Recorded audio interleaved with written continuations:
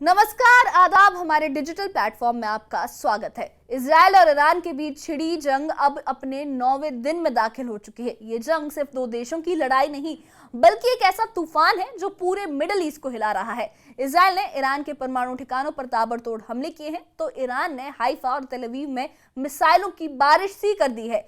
इस बीच अमेरिका के राष्ट्रपति डोनाल्ड ट्रंप और इजराइल के पीएम बेंजामिन नेतन्याहू की मुलाकात हुई है। भारत की नेपाल, श्रीलंका के लिए मदद सामने आई है और संयुक्त राष्ट्र की चिंता है। ये सब इस जंग को और ज्यादा जटिल बना रहा है। 13 जून 2025 को इजराइल ने ईरान के सैन्य और परमाणु ठिकानों पर बड़ा हमला बोला, जिसे उसने ऑपरेशन राइजिंग लाइन का नाम दिया। इस हमले में इजराइल ने तेहरान, इस्फहान और कुम जैसे शहरों को निशाना बनाया। ताजा खबर यह है कि इजराइल ने पश्चिमी ईरान में एक और परमाणु ठिकाने पर हमला किया और ईरानी ड्रोन ब्रिगेड के कमांडर को मार गिराने का दावा भी किया है। इसके अलावा पूर्वी तेहरान में इजराइल ने एक बड़ा अटैक किया है, जिसमें ईरानी रेवोल्यूशनरी गार्ड कॉर्प्स की कुद्स फोर्स के कमांडर सैयद इजादी मारे गए हैं। इजादी लंबे समय से इजराइल के खिलाफ साजिशें रच रहे थे, ऐसी खबर सामने आई है, ऐसा इजराइल का कहना है। ईरान ने भी पलटवार में कोई कसर नहीं छोड़ी है। उसने इजराइल के हाइफा और तेल अवीव शहरों पर सेजल जैसी बैलिस्टिक मिसाइलें दागी हैं। न्यूयॉर्क टाइम्स की एक रिपोर्ट के मुताबिक हाइफा में कई सरकारी इमारतें जमींदोज हो गई हैं और तेल अवीव के रिहायशी इलाकों को भारी नुकसान पहुंचा है। ईरान का दावा है कि उसने इजराइल के सैन्य ठिकानों को निशाना बनाया, लेकिन इजराइल कहता है कि उसका आयरन डोम सिस्टम कई मिसाइलों को आसमान में ही मार गिराने में कामयाब रहा है। मगर सवाल ये है कि क्या आयरन डोम इतनी बड़ी जंग में पूरी तरह कारगर साबित हो रहा है।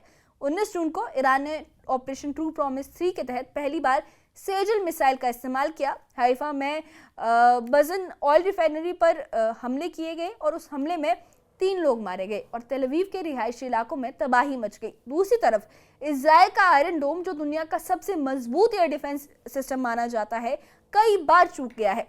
अल जजीरा की एक रिपोर्ट के मुताबिक ईरान की मिसाइलें और ड्रोन हाइफा और तेल अवीव के सैन्य ठिकानों तक पहुंच रहे हैं। इससे इजराइल की जनता में डर का माहौल है। इजराइल के प्रधानमंत्री बेंजामिन नेतन्याहू इस जंग को इजराइल के वजूद की लड़ाई बता रहे हैं। उन्होंने दावा किया है कि वो ईरान के परमाणु प्रोग्राम को पूरी तरह से खत्म कर देंगे। नेतन्याहू ने ईरान के नतांज और इस्फहान जैसे परमाणु ठिकानों पर हमले तेज कर दिए। उन्होंने ये भी कहा कि ईरान के सुप्रीम लीडर अयातुल्ला खामनी को भी निशाना बनाया जा सकता है। इस जंग के बीच नेतन्याहू पहली बार अमेरिका पहुंचे। वो अपने रक्षा मंत्री इजराइल कॉटेज और सेना प्रमुख याल जामिर के साथ वॉशिंगटन में राष्ट्रपति डोनाल्ड ट्रंप से मिले। ट्रंप ने ये कहा कि इजराइल इस जंग में बहुत आगे है और वो इजराइल से हमले रोकने को नहीं कहेंगे, चाहे कितना भी दबाव हो। अमेरिका ने ईरान के 20 संगठनों, 5 नागरिकों और 3 जहाजों पर नए प्रतिबंध भी लगा दिए हैं, लेकिन ट्रंप ने भी ये कहा है कि वो अगले 2 हफ्तों में फैसला करेंगे कि अमेरिका को इस जंग में सीधे शामिल होना है या नहीं। क्या अमेरिका की एंट्री इस जंग को और भयानक बना देगी? इस जंग का सबसे बड़ा डर है परमाणु हथियारों का। न्यूयॉर्क टाइम्स की एक रिपोर्ट के मुताबिक अमेरिका मानता है कि ईरान कुछ हफ्तों में ही परमाणु बम बना सकता है। इजराइल की जासूसी एजेंसी मोसाद का भी दावा है कि ईरान 15 दिनों में परमाणु हमला कर सकता है, लेकिन international atomic energy agency IAEA के डायरेक्टर राफेल ग्रासी ने कहा है कि इसके कोई पक्के सबूत अभी तक सामने नहीं आए हैं। दूसरी तरफ इजराइल को भी मिडल ईस्ट का एकमात्र परमाणु हथियार वाला देश माना जाता है, हालांकि उसने कभी इसकी पुष्टि नहीं की है। इस बीच संयुक्त राष्ट्र महासचिव एंटोनियो गुटेरेस ने चेतावनी दी है कि ये जंग एक बड़े संकट की ओर बढ़ रही है। अल्जीरिया, चीन, पाकिस्तान और रूस की मांग पर UN सिक्योरिटी काउंसिल की आपात बैठक बुलाई गई, जिसमें सभी पक्षों से शांति की अपील की गई है। लेकिन जब मिसाइलें और ड्रोन आसमान में हो तो शांति की बातें कैसे असरदार होंगी?